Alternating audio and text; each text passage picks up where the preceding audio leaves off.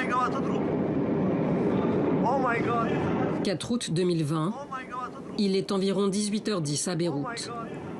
L'homme qui filme depuis son lieu de travail vient d'entendre une première explosion. Une épaisse fumée s'échappe d'un entrepôt de stockage situé dans le port.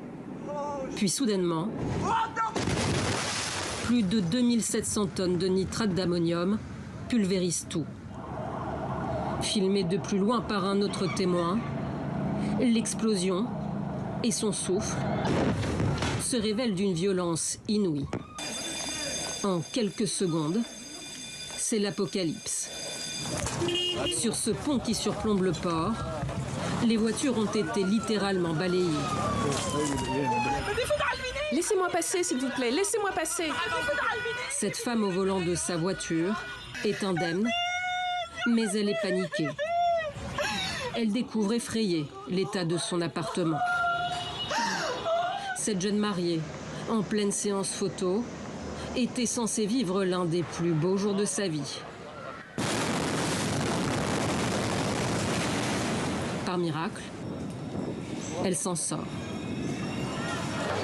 D'autres, beaucoup, n'ont pas cette chance. Secouristes et hôpitaux sont totalement dépassés. Les victimes affluent toute la nuit. Tout le monde est sous le choc. J'ai déjà vu des choses effrayantes, mais rien de tel que ce que j'ai vu aujourd'hui. Je n'ai jamais eu aussi peur de ma vie. L'explosion a formé ce cratère de 43 mètres de profondeur. Il s'agit de l'une des plus puissantes de l'histoire. Le cataclysme a même été ressenti jusqu'à Chypre, à 200 km de là. Près de la moitié de la capitale libanaise a été détruite.